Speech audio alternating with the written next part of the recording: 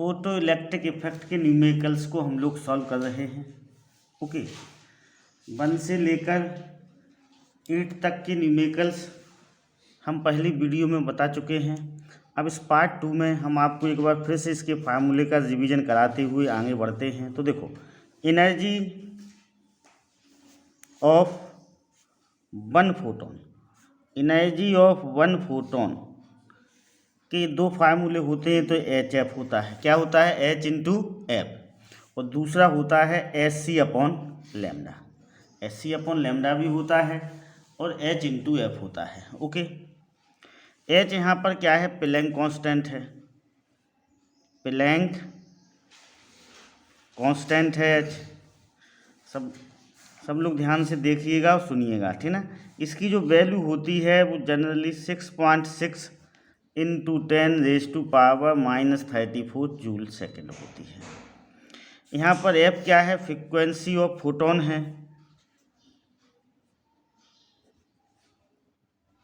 Frequency of photon या फिर light. Okay, सी क्या है, स्पीड ऑफ लाइट है,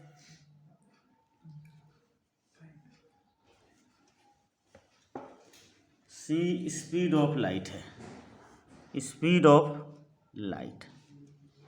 इसकी जनरली वैल्यू होती है 3 into 10⁸8 metre per second. Lambda क्या है, वेवलेंथ ऑफ लाइट है, लेमडा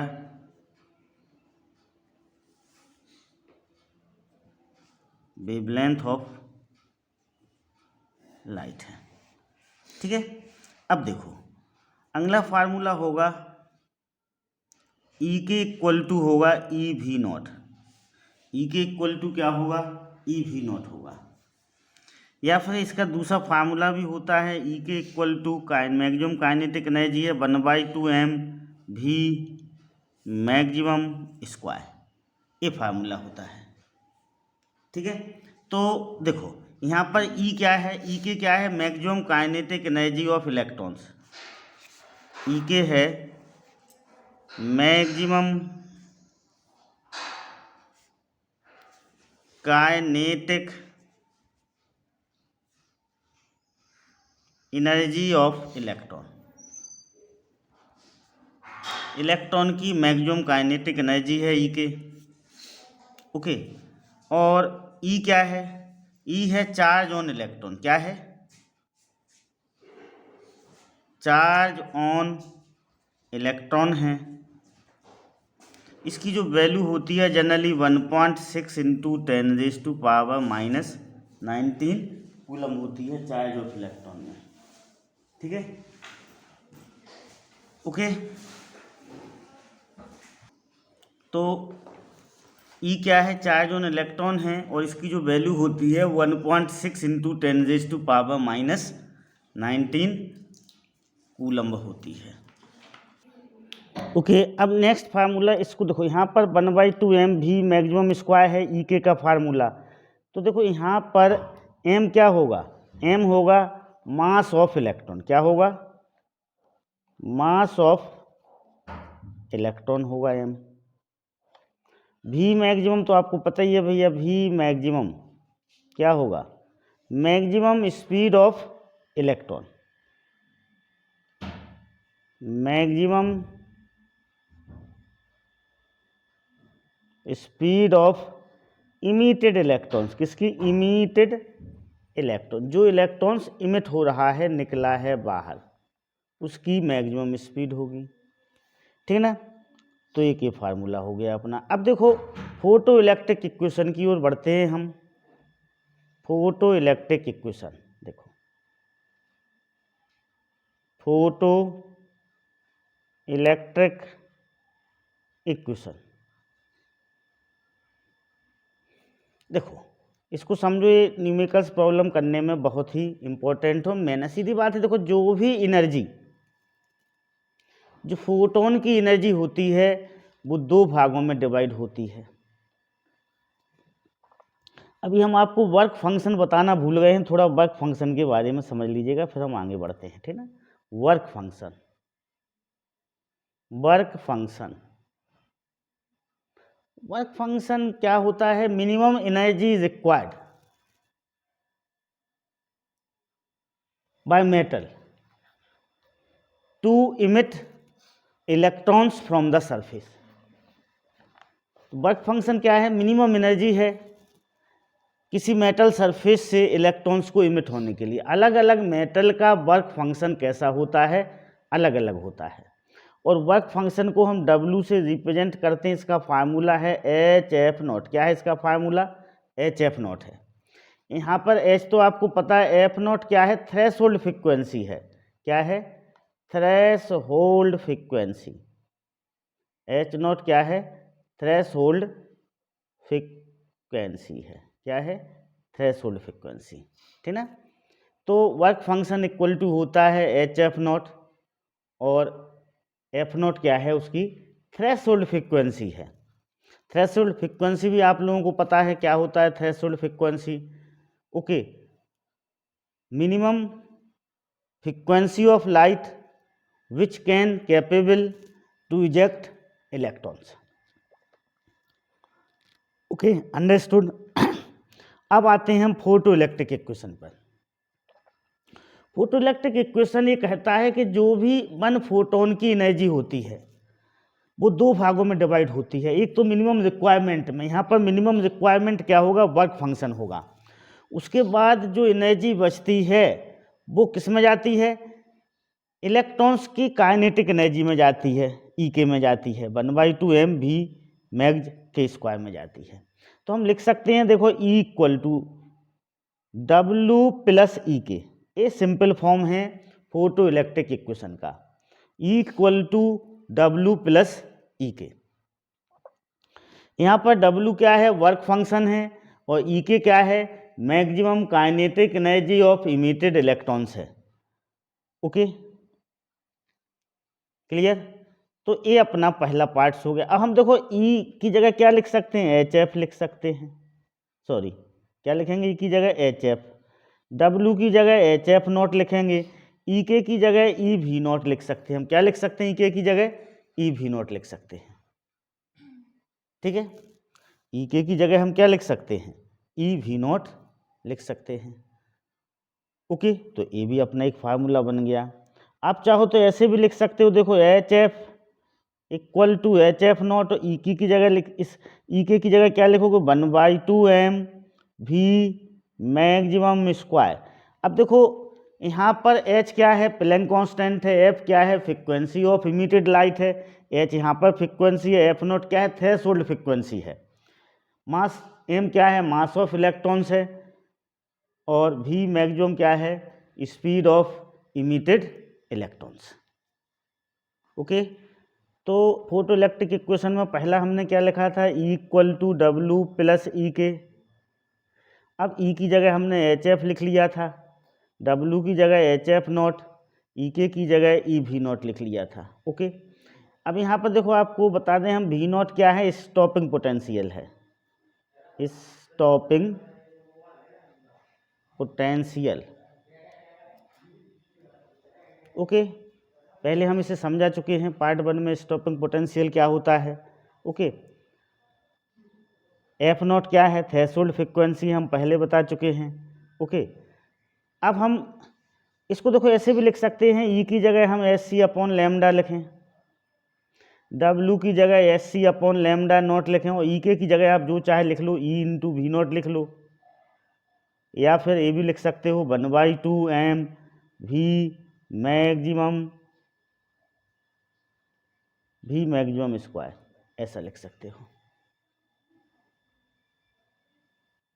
ओके, अंडरस्टूड। अब हम देखो न्यूमेरिकल्स प्रॉब्लम पे आते हैं, क्वेश्चन नंबर 9 पे आते हैं। इससे पहले हम पहले वाले लेक्चर्स में आपको समझा चुके हैं। तो देखो क्वेश्चन नंबर 9 को हम लोग देखते हैं। ये है आपका क्वेश्चन नंबर 9। ओके, देखिएगा, this one, light of wavelength 5000 angstrom from a 2-watt bulb is falling on a surface. If the absorptive power of the surface be 60%, then how many photons are being absorbed by the surface per second. Okay, कोई light है जिसकी wavelength कितनी है 5000 angstrom है, कहाँ से निकल रही है 2 वॉट वाले बल्ब से निकल रही है किसी सरफेस पर। If the objective power of the surface is 60%, then how many photons are being observe by the surface per second. पहले हम इतने पोर्शन को सॉल्व करते हैं फिर आगे बढ़ेंगे। Okay, clear. देखो तो बढ़ते हैं हम आगे, ठीक है। एक क्वेश्चन नंबर कौन सा है 9 है। क्वेश्चन नंबर 9 में लैम्डा कितना दिया हुआ है 5000 एंगस्ट्रॉम दिया हुआ है। कितना दिया हुआ है लैम्डा 5000 एंगस्ट्रॉम दिया हुआ है। और पावर कितना दिया हुआ, पावर दिया हुआ है 2 वॉट। इसका मतलब है 2 जूल पर सेकंड। जो हमें एनर्जी मिल रही है वो 1 सेकंड में कितनी मिल रही है 2 जूल मिल रही है।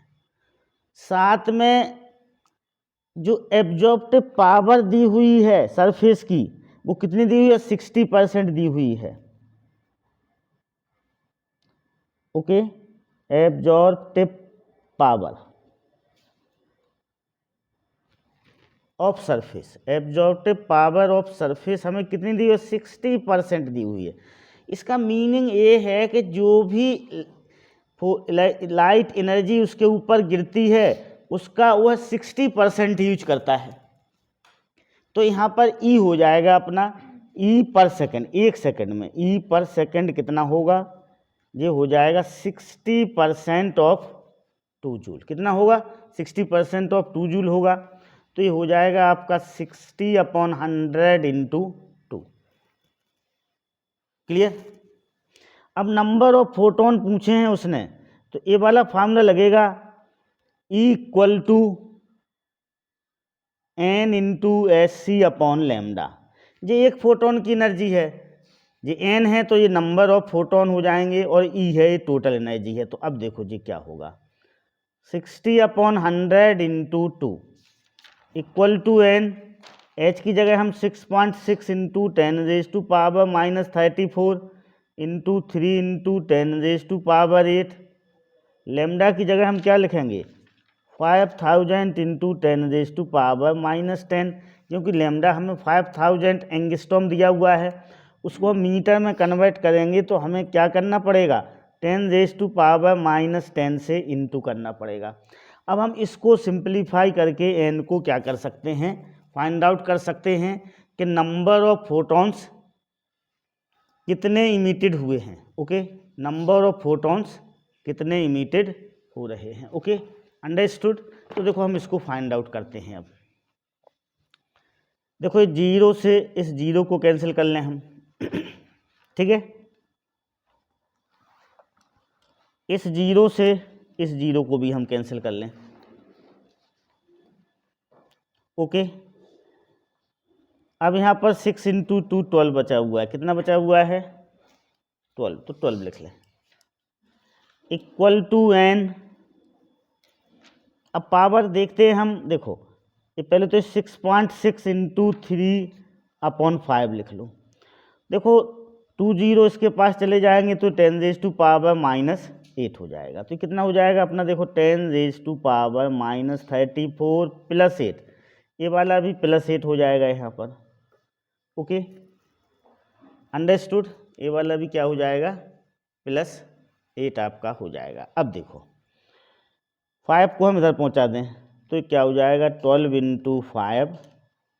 इस 6.6 इंटू 3 कहाँ पर आ जाएगा नीचे आ जाएगा, और ये वाली पावर भी इधर नीचे आ जाएगी। कितनी होगी ये पावर 34 में से 16 चले जाएंगे तो कितने बचेंगे 10⁻⁻18 बचेंगे। कितने बचेंगे 10⁻⁻18। Okay, understood. अब देखो हम इसे सिंप्लीफाई करते हैं तो देखो n किसकी वैल्यू है n की वैल्यू है, तो n इक्वल टू हो जाएगा, इसको इससे कैंसिल कर दें तो कितना हो जाएगा 4 हो जाएगा। ठीक है, कितना हो जाएगा ये 4 हो जाएगा ये आपका बचेगा 20/6.6 इंटू 10⁻18।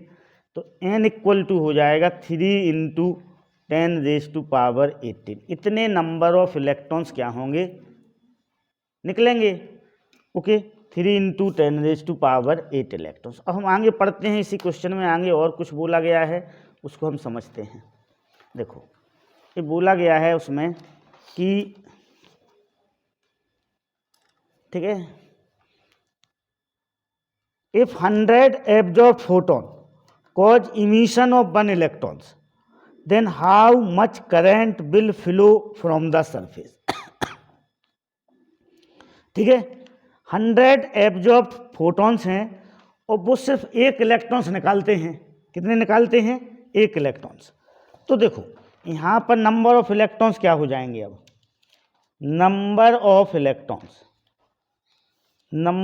इलेक्ट्रॉन्स होंगे। ये क्या है? नंबर ऑफ फोटॉन्स हैं। 100 फोटॉन्स एक इलेक्ट्रॉन्स को निकालता है, तो नंबर ऑफ इलेक्ट्रॉन्स क्या हो जाएंगे? 3 इंटू 10⁻18 है, सॉरी 18/100। तो ये होगा आपका 3 इंटू 10⁻16 इलेक्ट्रॉन्स होंगे। अब हमें करंट निकालना है, तो करंट के लिए देखो हम इस फार्मूले का यूज करेंगे। करंट के लिए हम किस फार्मूले का यूज करेंगे? इस फार्मूले का यूज करेंगे कि I = NE/T। n कितना आया? 3 इंटू 10⁻16 है। E कितना है? 1.6 इंटू 10⁻, और 1 सेकेंड में पता ही है आपको, 1 सेकेंड में इतने फोटो निकलना है, तो T यहाँ पर क्या हो जाएगा? 1 सेकेंड हो जाएगा। तो हो जाएगा आपका 4.8 इंटू 10⁻³ एम्पियर। तो इसको हम 4.8 मिली एम्पियर भी लिख सकते हैं यदि हम लिखना चाहें तो। Okay, now question number 10।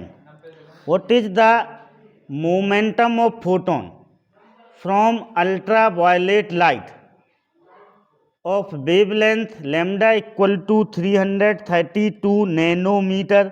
h आपको इसने दे दिया है 6.63 इंटू 10⁻34 जूल सेकेंड। ओके, तो हमें इसका क्या निकालना है? मोमेंटम निकालना है। क्वेश्चन नंबर 10 है आपका। ओके, क्या क्या दिया हुआ है? लैम्डा दिया हुआ है। लैम्डा कितना दिया हुआ है? 332 नैनोमीटर। तो इसको हम क्या लिख सकते हैं? 332 इंटू 10⁻⁻9 मीटर। n हटेगा तो क्या आ जाएगा? 10⁻⁻9 आ जाएगा। उसने आपको h भी दे दिया है 6.63 इंटू 10⁻34 जूल सेकेंड। यदि h दिया नहीं होता तो हम कहाँ से लेते? इस इधर क्वेश्चन से सबसे ऊपर लेते, या बोर्ड एग्जाम के पेपर में लास्ट में दिया रहता है, उससे हम लेते। अब हम इसका यूज करते हैं। देखो, मोमेंटम का P बराबर कितना होता है? सॉरी मोमेंटम इक्वल टू ऐसा होता है, लैम्डा = H/P होता है। तो P = हो जाएगा H/λ। P = कितना हो जाएगा? H/λ। अब हम यहाँ पर H की वैल्यू रख लें। H की वैल्यू कितनी है? 6.63 इंटू 10⁻34, और लैम्डा की वैल्यू कितनी है? 332 इंटू 10⁻⁹ है। Okay, understood. अब हम इसको सिंप्लीफाई करेंगे, तो अपना जो लैम्डा आएगा वो आएगा 2 into 10⁻⁻27 kg metre per second. Okay, ये अपना क्या हो जाएगा? फाइनल आंसर हो जाएगा।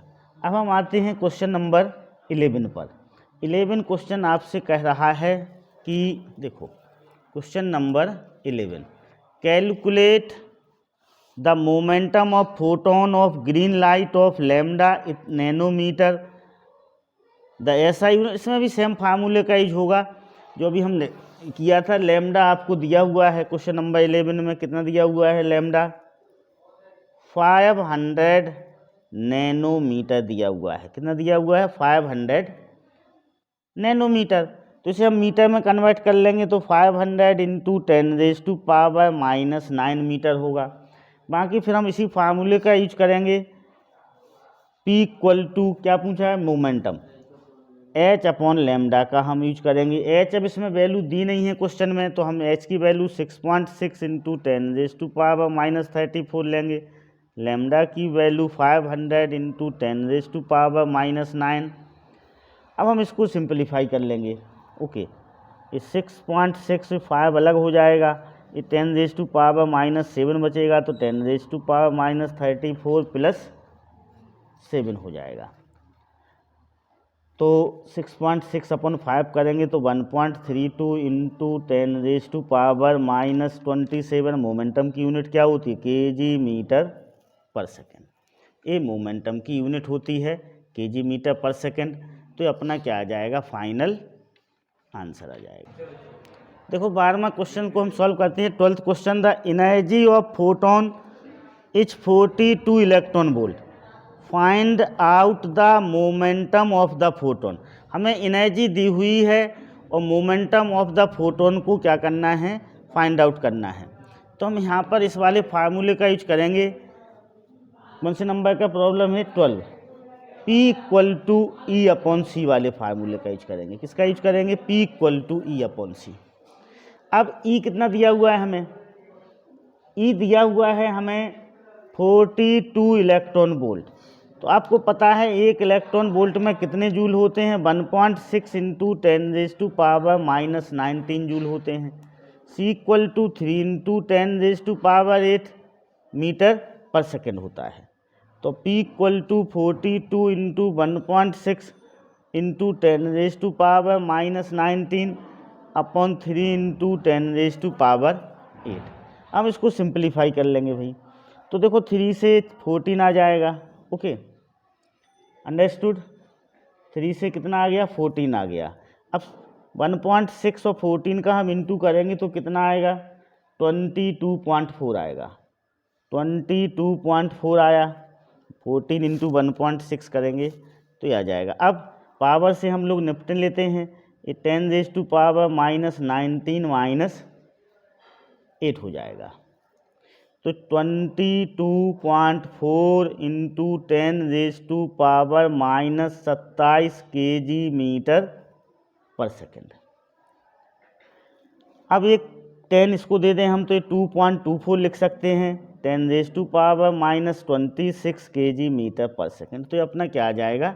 फाइनल आंसर आ जाएगा। Okay, understood, clear. Okay, now next 13, the energy of photon is 10 electron volt, calculate momentum of the photon. ये तो 12 जैसा हो जाएगा। फिर wavelength of photon. Third, rest mass and dynamic mass of the photon. तो आप सब लोगों को पता है कि फोटोन का रेस्ट मास कितना होता है? 0 होता है। ओके, रेस्ट मास से मीनिंग है कि जब फोटोन रेस्ट में होता है, जब उसकी वेलोसिटी 0 होती है, उस समय उसका मास कितना होता है? 0 होता है। डायनामिक मास से मतलब है जब वो इसमें कुछ स्पीड हो उस समय कितना मास होगा। तो रेस्ट मास फोटोन का 0 होता है। डायनामिक मास अभी हम फाइंड आउट करते हैं, तो उसको हम सॉल्व करते हैं। एनर्जी कितनी दी हुई है? 10 इलेक्ट्रॉन वोल्ट दी हुई है। ई दिया हुआ है आपको 10 इलेक्ट्रॉन वोल्ट।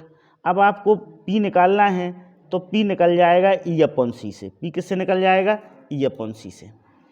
ई ले लें हम 10 इंटू 1.6 इंटू 10⁻⁻19 और सी को ले लें 3 इंटू 10⁻8 ले लिया हमने। अब हम इसको सिंप्लीफाई करेंगे तो इसका आंसर आ जाएगा 5.33 into 10⁻⁻27 KG metre per second. Okay, understood. अब आपसे उसने पूछा है कि वेवलेंथ बताइए, फोटोन की वेवलेंथ क्या होगी। अब मोमेंटम मिल गया तो हम वेवलेंथ निकाल लेंगे। देखो लैम्डा बराबर क्या होता है? एच अपॉन पी होता है। अब एच की वैल्यू आप 6.6 इंटू 10⁻⁻34 लेंगे और पी की वैल्यू आपने अभी हाल निकाल ली है 5.33 इंटू 10⁻⁻27। Okay, clear. इसको हम सिंप्लीफाई करके वेवलेंथ को फाइंड आउट करते हैं तो ये हो जाएगा। देखो 6.6 इंटू 5.33 इंटू 10⁻⁻34 प्लस 27। तो ठीक है, क्लियर। तो ये हो जाएगा आपका इस 6.6 अपॉन 5.33 को डिवाइड करिएगा, कितना आता है 66/53.3 इंटू 10⁻⁻, ये कितना बचेगा -7। तो इसकी वैल्यू कितनी आई है भैया, कैलकुलेटर से इसकी वैल्यू आई है 1.23। कितनी आई है 1.23, ठीक ना, ये आई है 1.23 और 8 आ रही है, ओके, इंटू 10⁻⁻7 मीटर। अब यदि हम इसे एंगस्ट्रॉम में कन्वर्ट करना चाहें तो देखो इसको 10⁻⁻10 करना पड़ेगा, तो 1000 से इधर मल्टीप्लाई करेंगे और 10⁻⁻3 से इधर, तो जो जाएगा 1238 इंटू 10⁻⁻10 मीटर हो गया। तो ये हो जाएगा 1238 एंगस्ट्रॉम अपना क्या हो जाएगा, आंसर हो जाएगा, ओके, अंडरस्टूड। अब तीसरे क्वेश्चन में जो पूछा गया है, ये तो पहले का आंसर था, ये दूसरे का था। अब तीसरे में उसने पूछा है रेस्ट मास ऑफ फोटोन, तो हम लिखेंगे रेस्ट मास ऑफ फोटोन क्या होता है, 0 होता है। फोटोन का रेस्ट मास 0 होता है, ठीक है। अब हमें डायनामिक मास पता करना है, क्या पता करना है, डायनामिक मास। तो हम डायनामिक मास को क्या करते हैं, पता करते हैं, ठीक, चलो डायनामिक मास को हम पता करते हैं। देखो डायनामिक मास को पता करने के लिए देखो हमें पता है E इक्वल टू क्या होता है, mc² होता है। हम इससे पता कर सकते हैं dynamic mass, m equal to क्या हो जाएगा E/c², इससे पता कर सकते हैं हम डायनामिक मास। E आपको दिए हुआ है, कितना दिया हुआ है, E दिया हुआ है आपको 10 into 1.6 into 10⁻⁻19 joule. This is 3 into 10⁸8 into 3 into 10⁸8 kg में आ जाएगा अपना आंसर। सिंप्लीफाई करते हैं हम इसे, this is 16/9 into 10⁻19 plus 16, okay, understood. तो 16 हम 9 करेंगे तो ये 1.78 आएगा, और दिस इज ऊपर जाएंगे तो ये भी माइनस हो जाएंगे, तो 10⁻⁻35 kg क्या हो जाएगा, अपना आंसर हो जाएगा। ये माइनस होगा क्योंकि ये दोनों ऊपर जा रहे हैं, तो ये क्या हो जाएगा, उसका डायनामिक मास हो जाएगा, ओके। नाउ 14th को देखते हैं हम लोग। A photon eject an electron of negligible kinetic energy from a metal surface। Kinetic energy यहाँ पर नेग्लिजिबल है, तो सेम उतनी ही एनर्जी भेजी जा रही है वर्क फंक्शन बराबर। कितनी एनर्जी भेजी जा रही है, वर्क फंक्शन बराबर। If the threshold frequency for the surface be 4.6 into 10⁻14 hertz, calculate the energy of the incident photon in electron volt. देखो यहाँ पर थ्रेशोल्ड फ्रीक्वेंसी दी हुई, हमें वर्क फंक्शन निकालना है। क्या निकालना है, वर्क फंक्शन। मतलब जो एनर्जी भेजी गई है वो किसके इक्वल होगी, वर्क फंक्शन के इक्वल होगी। किसके इक्वल होगी, वर्क फंक्शन के इक्वल होगी वो एनर्जी। तो क्वेश्चन नंबर कौन सा है भाई, क्वेश्चन नंबर 14 है, ठीक ना। क्या पूछा गया है 14 में, 14 में पूछा गया है energy of the incident photon. देखो एनर्जी ऑफ इंसिडेंट फोटोन, ये पूछा किसके इक्वल होगी, ये वर्क फंक्शन के इक्वल होगी। क्यों होगी वर्क फंक्शन के इक्वल, क्योंकि काइनेटिक एनर्जी कैसी है, नेग्लिजिबल है। काइनेटिक एनर्जी कैसी है, नेग्लिजिबल है। तो देखो ये फॉर्मूला लगेगा इसमें, E इक्वल टू क्या होता है, वर्क फंक्शन प्लस E के होता है। अब यहाँ पर E के कितना दिया हुआ है, 0 दिया हुआ है, नेग्लिजिबल मतलब 0। तो E बराबर W हो जाएगा, और W बराबर आपको पता है कितना होता है, HF0 होता है। क्वेश्चन में F0 भी दिया हुआ है। थ्रेशोल्ड फ्रीक्वेंसी कितनी दी हुई है, 4.6 इंटू 10⁻14 हर्ट्ज क्या दी हुई है, थ्रेशोल्ड फ्रीक्वेंसी दी हुई है। तो हम एनर्जी को फाइंड आउट कर लें। 6.6 इंटू 10⁻⁻34, 4.6 इंटू 10⁻14 किस में आई एनर्जी? जूल में आई। पर क्वेश्चन में पूछा गया है कि हमें एनर्जी किस में चाहिए है? इलेक्ट्रॉन वोल्ट में चाहिए है। तो हम इसे किससे डिवाइड करेंगे? इससे डिवाइड करेंगे। देखो पहले हम इसको लिख लें, 34 प्लस 14 कर लें इंटू 4.6 अपॉन 1.6 इंटू 10⁻19 से डिवाइड करेंगे तो वो इलेक्ट्रॉन वोल्ट में आ जाएगा। कोई एनर्जी जूल में दी हुई है और हमें उस एनर्जी को किस में चाहिए है? इलेक्ट्रॉन वोल्ट में चाहिए है। तो हम उसे किससे डिवाइड करेंगे? 1.6 इंटू 10⁻19 से डिवाइड करेंगे तो एनर्जी किस में आ जाएगी? जूल में आ जाएगी। ओके, अभी हो जाएगा आपका, देखो कितना हो जाएगा। This is 6.6 into 4.6 upon 1.6 into 10⁻, ये कितना होगा? -20 प्लस 19 हो जाएगा।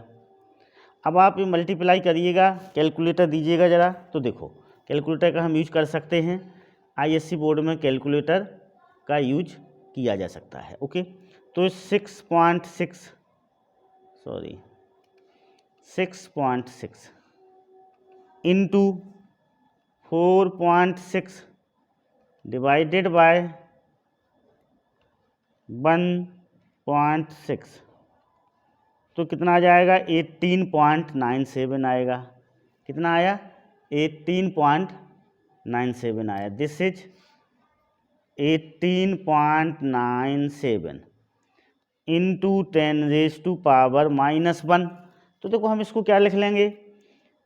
19 लिख सकते हैं। 19 इंटू 10⁻⁻1 तो 9.1 इलेक्ट्रॉन वोल्ट क्या आ जाएगा? अपना आंसर आ जाएगा।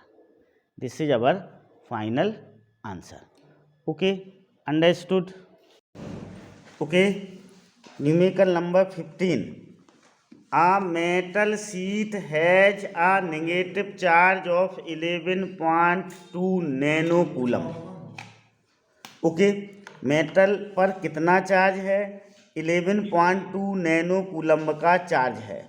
How many photons of ultraviolet light are required to completely discharge the sheet by photoelectron ejection? Okay, what minimum amount of energy must be absorbed by the sheet to effect this discharge? The threshold frequency of the metal is 4.5 into 10⁻15 hertz है। अब देखो इस question में उसने पूछा है कि हमें किसी मेटल पर जो चार्ज है वो कितना है? माइनस का 11.2 नैनो कूलम्ब है। अब हमें उस चार्ज को क्या करना है? न्यूट्रलाइज करना है। तो हमें कितने फोटो इलेक्ट्रॉन्स की ज़रूरत होगी, ऐसा उसने पूछा है।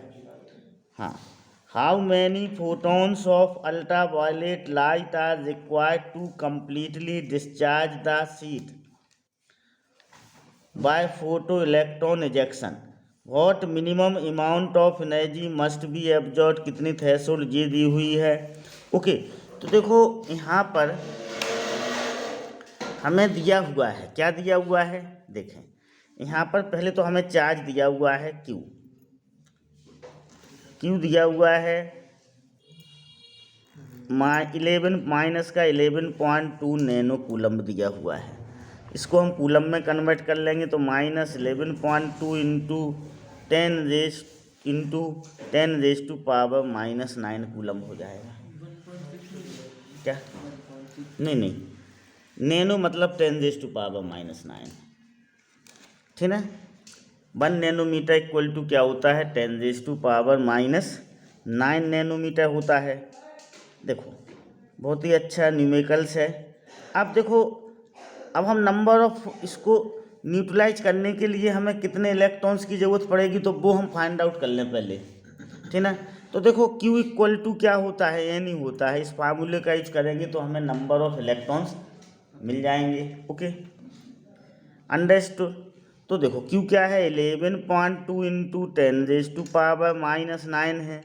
एन यहाँ पर नंबर ऑफ इलेक्ट्रॉन्स है, एन इंटू 1.6 इंटू 10⁻⁻19। यहाँ पर हम लिख देते हैं एन क्या है, नंबर ऑफ इलेक्ट्रॉन्स है। अब हम इसको सिंप्लीफाई करते हैं तो n इक्वल टू हो जाएगा 11.2 इंटू 10⁻⁻9 अपॉन 1.6 इंटू 10⁻⁻19 हो जाएगा। ओके, तो n equal to 1112 upon 16 into 10⁻⁻9 plus 90, तो n 7 आ जाएगा इंटू 10⁻10। तो इतने इलेक्ट्रॉन्स की हमें ज़रूरत पड़ेगी, 7 इंटू 10⁻10 इलेक्ट्रॉन्स की। ठीक है, तो अपना पहला आंसर आ जाएगा 7 इंटू 10⁻10। अब देखो यहाँ पर फोटो इलेक्ट्रॉन्स का कोई फार्मूला का कोई यूज नहीं हुआ, क्वांटाइजेशन ऑफ चार्ज का यूज हुआ है, Q equal to N. Okay, understood. फिर आगे वह इसने पूछा है आपसे, ये तो हो गया। हाँ, what minimum amount of energy must be absorb by the sheet to effect this discharge. Threshold frequency दी, मतलब हमें वर्क फंक्शन निकालना है। क्या निकालना है? W निकालना है, work function, minimum energy find out करना है। अब आपको पता है work function W equal to क्या होता है, HF0 होता है। F0 हमें दिया हुआ है, कितना दे दिया उस F0 क्वेश्चन में दिया हुआ है 4.5 इंटू 10⁻15 हाइट से थ्रेशोल्ड फ्रीक्वेंसी है। तो हम W को बड़े आसानी से क्या कर सकते हैं, फाइंड आउट कर सकते हैं। W इक्वल टू हो जाएगा 6.6 इंटू 10⁻34 इंटू 4.5 इंटू 10⁻15। इसको हम सिंप्लीफाई करेंगे तो हमें मिनिमम एनर्जी मिल जाएगी। W इक्वल टू 6.6 इंटू 4.5, -34 है, ये 15 की पावर है, तो यहाँ पर 10⁻⁻19 की बची रहेगी। हम इन दोनों का इंटू करेंगे 6.6 इंटू 4.5 का। ठीक है, 6.6 इंटू 4.5 का मिनिमम एनर्जी की बात हो रही है। ये कितनी दी हुई है, threshold frequency of metal 4.5 into 10⁻15 दिया हुआ है। ओके, और ठीक है, तो ये एनर्जी कितनी निकलेगी, ये जो एनर्जी निकलेगी वो एक फोटोन की एनर्जी है। किसकी एनर्जी है, एक फोटोन की।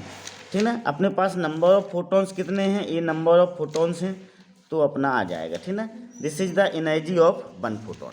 किसकी है, यहाँ पर हम लिख दें energy of work function of one photon. किसका है, वन फोटोन का है work function. This is the work function of one photon. तो टोटल वर्क फंक्शन, अब हम यहाँ पर बढ़ाते हैं, आगे लिखते हैं total work function. Total work function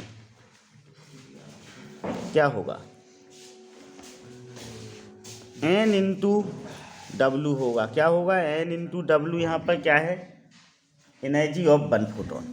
ठीक ना, तो n आपको दिया हुआ है 7 इंटू 10⁻10। डब्लू अभी आप लोगों ने निकाला है 6.6 इंटू 4.5 इंटू 10⁻⁻19। कैलकुलेटर दो, इसको सॉल्व कर लें जल्दी। ठीक ना, देखो कैलकुलेटर से हम सॉल्व कर लेंगे। दिस इज 7 इंटू 6.6 इंटू 4.5, ये आ गया अपना 207। कितना आया, ये आया है अपना 207.9। अब इंटू पावर को हम देख लें, ये 10⁻⁻9 हो जाएगा। अब ये हो जाएगा 2.079 इंटू 10⁻⁻7 जूल। तो ये अपना क्या हो जाएगा, आंसर हो जाएगा, अपन लिख सकते हैं 2 into 10⁻⁻7 joule. Okay, understood, clear. Okay 2.08 into 10⁻⁻7 joule आएगा। ये 9 को हम हटाएंगे इसे तो 8 हो जाएगा, तो 2.08। Okay understood. देखो question number 16, assuming the visible region of spectrum to be from 4000 angstrom to 7500 angstrom, calculate the maximum work function in electron volt of photocathode that can emit electron with visible light of any wavelength। देखो यहाँ पर ये पूछा गया है कि visible light जो होता है उसकी जो रेंज होती है वो 4000 एंगस्ट्रॉम टू 7500 एंगस्ट्रॉम होती है। Okay range of visible light कितनी होती है? विजिबल लाइट की रेंज 4000 एंगस्ट्रॉम से लेके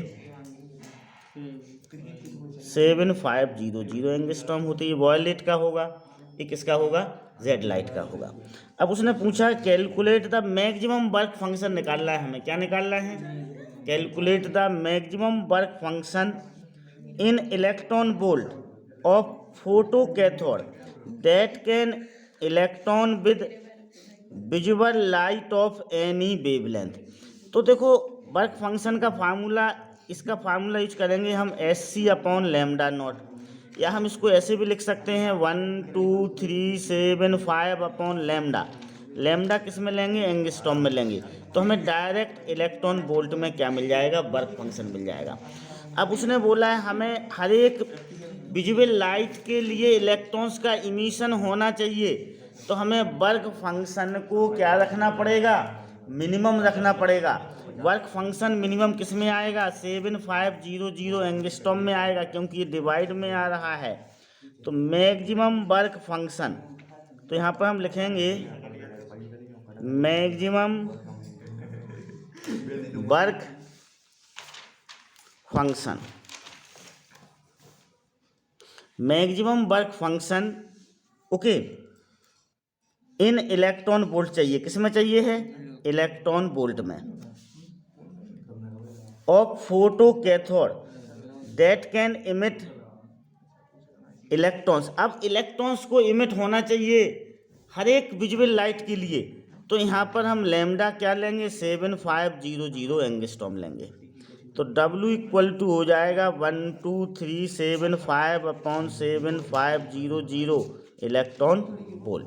हम इसको कैलकुलेटर से डिवाइड करेंगे तो हमारा आंसर आ जाएगा 1.65 इलेक्ट्रॉन वोल्ट। क्या हो जाएगा? अपना आंसर हो जाएगा। देखो यहाँ पर मैक्सिमम लिखा हुआ है भैया, मैक्सिमम वर्क फंक्शन तो हमें तब मिलता है जब हम यहाँ पर 4000 एंगस्ट्रॉम रखते, लेकिन जब हम 4000 एंगस्ट्रॉम रखेंगे तो मैक्सिमम वैल्यू हमें वर्क फंक्शन की इतनी ज़्यादा मिलेगी कि हम इसके बीच की कोई भी विजिबल लाइट को हम भेजेंगे तो इलेक्ट्रॉन्स का इमिशन ही नहीं होगा, क्योंकि उसकी एनर्जी वर्क फंक्शन से क्या होगी? ज़्यादा होगी। इस वजह से हमें 7500 एंगस्ट्रॉम का यूज करना पड़ा, जिससे वर्क फंक्शन कैसे रहे, उसकी मिनिमम वैल्यू आए, तो बाकी सभी लाइट के लिए इलेक्ट्रॉन्स का क्या होगा? इमिशन होगा। अदरवाइज इलेक्ट्रॉन्स का इमिशन नहीं होगा। Okay understood. ओके देखो अब हम बढ़ते हैं आगे। नेक्स्ट है अपना 17 न्यूमेरिकल्स है ये। The work function of sodium is 2.28 electron volt. What is the minimum energy for a quantum of radiation to cause photo electric emission from the sodium surface. तो देखो वर्क फंक्शन का meaning ही यही होता है कि the minimum energy for a quantum of radiation to cause photo electric emission from the metal surface. तो पहले वाले का आंसर यही हो जाएगा 2.28 इलेक्ट्रॉन वोल्ट। फर्स्ट का आंसर कितना हो जाएगा? 2.28 इलेक्ट्रॉन वोल्ट। ओके क्योंकि वर्क फंक्शन कितना दिया हुआ है? 2.24 इलेक्ट्रॉन वोल्ट दिया हुआ है, और उसने आपसे पूछा है कि मिनिमम एनर्जी बताइए फोटो इलेक्ट्रॉन इमिशन के लिए। सोडियम का वर्क फंक्शन दिया हुआ है, सोडियम के सरफेस से हमें मिनिमम एनर्जी को निकालना है, तो फर्स्ट का आंसर ये हो जाएगा। Okay, second, calculate the wavelength of this radiation. अब हमें वेवलेंथ निकालना है इस रेडिएशन की, तो हम सीधा इसी फार्मूले का यूज करेंगे, इक्वल टू 1237 अपॉन लेमडा। तो लेमडा इक्वल टू हो जाएगा 12375 अपॉन ई, या ई क्या है यहाँ पर, ये वर्क फंक्शन है, ठीक ना। तो लेमडा इक्वल टू हो जाएगा आपका 12375 अपॉन 2.28 एंगस्ट्रॉम में आएगा। और किस में आएगा, एंगस्ट्रॉम में है। कैलकुलेटर से हम इसे सॉल्व किए लेते हैं। 12375 क्या फिर नहीं हुआ। 12375 डिवाइडेड बाय 2.28 कितना आ गया, 5.52 आ गया। 5.427 आ रहा है, नहीं कितना आ रहा है, पॉइंट नहीं आ रहा है, 5427.63 एंगस्ट्रॉम। तो ये हो जाएगा 5427.7 एंगस्ट्रॉम। ये क्या हो जाएगा, अपना आंसर हो जाएगा। Okay, understood, clear. तो अपना आंसर कितना आ रहा है, यही आ रहा है 5427। हाँ उस तरह चलता है। ओके, कोई बात नहीं, हाँ 3 था, इधर 3 था तो 6 ही रहेगा। Very good, okay, understood. देखो 18 को समझे अपन लोग। A metal has threshold wavelength of 6000 angstrom. देखो अलग अलग मेटल की अलग अलग थ्रेशोल्ड वेवलेंथ होती है, अलग अलग थ्रेशोल्ड फ्रीक्वेंसी होती है। तो कोई मेटल है जिसकी थ्रेशोल्ड वेवलेंथ कितनी है, 6000 एंगस्ट्रॉम है। Calculate the threshold frequency and the work function of the metal in electron volt. Okay, threshold frequency दी हुई है, कितनी क्या दी हुई है हमें, थ्रेशोल्ड फ्रीक्वेंसी 18 नंबर का ये आपका न्यूमेरिकल प्रॉब्लम है। हमें थ्रेशोल्ड वेवलेंथ दिया हुआ है, क्या दिया हुआ है, वेवलेंथ कितना दिया हुआ है, वो दिया हुआ है आपको 6000। कितना दिया हुआ है, 6000 एंगस्ट्रॉम दिया हुआ है। ओके, थ्रेशोल्ड वेवलेंथ का मीनिंग ये है कि अब 6000 से ज़्यादा एंगस्ट्रॉम की यदि हम वेवलेंथ उस मेटल पे भेजेंगे, कोई उस वेवलेंथ की लाइट को 6000 एंगस्ट्रॉम से ज़्यादा की, तो उस मेटल सरफेस से इलेक्ट्रॉन्स का इमिशन नहीं होगा। इलेक्ट्रॉन्स का इमिशन कब होगा, जब हम 6000 से कम, 6000 या 6000 से कम वाली वेवलेंथ वाली लाइट को हम उस मेटल सरफेस पर भेजेंगे, तो वेवलेंथ इलेक्ट्रॉन्स का इमिशन होगा, अदरवाइज नहीं होगा। ये थ्रेशोल्ड है। तो देखो C इक्वल टू, यहाँ पर हमें एफ नॉट भी फाइंड आउट है, उसने एफ नॉट पूछा है, तो इस फार्मूले का यूज करेंगे हम। C equal to lambda naught into F naught, C equal to lambda naught into F naught. अब आपको पता है तो एफ नॉट क्या हो जाएगा भैया, एफ नॉट हो जाएगा C अपॉन लेमडा नॉट। इसको अपन किस में कन्वर्ट कर लें भाई, मीटर में कन्वर्ट कर लें, तो 6000 इंटू 10⁻⁻10 मीटर हो जाएगा। तो एफ नॉट हो जाएगा, सी की वैल्यू 3 इंटू 10⁻8 होती है, लेमडा नॉट की वैल्यू 6000 इंटू 10⁻10 होती है। इसको हम सिंप्लीफाई करेंगे तो हमें थ्रेशोल्ड फ्रीक्वेंसी मिल जाएगी। देखो ये 3 जीरो हम इधर दे दें, 3 को इससे कैंसिल करेंगे तो 1/2 आएगा। अभी 10⁻⁻7 बचा, तो 8 -7 हो जाएगा ये Heights. This is 0.5 into 10⁻⁻15 Heights. आप चाहो तो उसे ऐसे लिख सकते हो, 5 इंटू 10⁻14 हाइट्स। तो ये पहला आंसर आ गया आपका। Okay, understood. अब हम उस प्रॉब्लम को आगे पढ़ते हैं। देखो क्या बोला है उसने, ये तो आ गया आपका, and work function of metal in electron volt. Work function पूछा है, तो यहाँ पर इस फार्मूले का हम यूज करेंगे, W equal to SC upon lambda naught. इसको हम इस तरह से कन्वर्ट कर सकते हैं, 12375 अपॉन लैम्डा नॉट किस में होना चाहिए, एंगस्ट्रॉम में होना चाहिए, तो इलेक्ट्रॉन वोल्ट में मिलेगा। रख दें हम इसमें value, W equal to 12375, this is 6000 angstrom, sorry electron volt में आंसर आ जाएगा। कैलकुलेटर का हम यूज करेंगे तो अपना आंसर आ जाएगा, दिस इज 12375 डिवाइडेड बाय 6000 कितना आ गया 2.06, ये आ गया आपका 2.0625 इलेक्ट्रॉन वोल्ट क्या हो जाएगा, अपना आंसर हो जाएगा। आप चाहो तो 2.06 भी लिख सकते हो। Okay, understood, clear. तो अपना क्या आ गया, आंसर आ गया। अब हम नेक्स्ट क्वेश्चन की ओर बढ़ते हैं। क्वेश्चन नंबर कौन सा है भाई अपना, 19 की ओर हम बढ़ते हैं। ओके, देखो क्वेश्चन नंबर 19, फोटो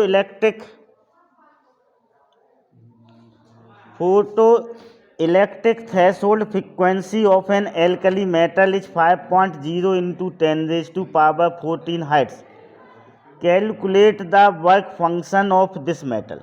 भाई यहाँ पर थ्रेशोल्ड फ्रीक्वेंसी दी हुई है, हमें वर्क फंक्शन निकालना है। बड़ा ही सिंपल प्रॉब्लम है। 19 हमें क्या दिया हुआ है, थ्रेशोल्ड फ्रीक्वेंसी दी हुई है, F0 दिया हुआ है 5.0 इंटू 10⁻14 हर्ट्ज। क्या पूछा है, वर्क फंक्शन पूछा है। तो W इक्वल टू क्या होता है, HF0 होता है। इसका फार्मूले का हम यूज करके फाइंड आउट कर सकते हैं।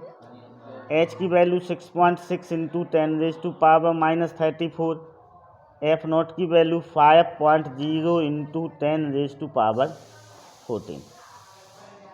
ये किस में आ जाएगा, जूल में आ जाएगा अपना आंसर। तो W equal to 6.6 into 5.0 into 10⁻34 plus 14 joule, इसका multiply okay 33.0 into 10⁻20 joule, 3.3 into 10⁻19 joule आ जाएगा। अब यदि आप उसे इलेक्ट्रॉन वोल्ट में निकालना चाहें तो इलेक्ट्रॉन वोल्ट में भी हम उसे निकाल सकते हैं इस तरह से, 3.3 इंटू 10⁻19 अपॉन 1.6 इंटू 10⁻19, तो ये आ जाएगा आपका 2.06 electron volt. Okay, now next question number 20, calculate the threshold frequency of photon for photo electric emission from a metal whose work function is 1.0 electron volt. अब देखो इस क्वेश्चन में वर्क फंक्शन दिया हुआ है आपको, और आपसे क्या पूछा है, थ्रेशोल्ड फ्रीक्वेंसी पूछी है। क्या पूछी है, थ्रेशोल्ड फ्रीक्वेंसी। तो बड़ा ही सिंपल न्यूमेरिकल्स है। देखो ये वाला फार्मूले का हम यूज करेंगे, W इक्वल टू HF0। अब वर्क फंक्शन कितना दिया हुआ है हमें, W दिया हुआ है 0.1 इलेक्ट्रॉन वोल्ट, तो हम इसको किस में कन्वर्ट कर लेंगे, हम इसको जूल में कन्वर्ट कर लेंगे। 0.1 इंटू 1.6 इंटू 10⁻19 जूल। इस फार्मूले में वैल्यू पुट कर, तो W की जगह लिखेंगे हम 0.1 इंटू 1.6 इंटू 10⁻19। H की वैल्यू आप लोगों को पता है F0। अब F0 को हम निकाल लेंगे, तो F0 इक्वल टू हो जाएगा 0.1 into 1.6 into 10⁻19 upon 6.6 into 10⁻34।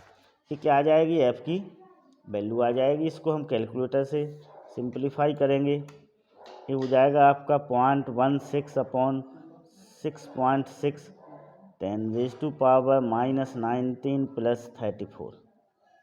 Okay, तो दिस इज 0.16 अपॉन 6.6।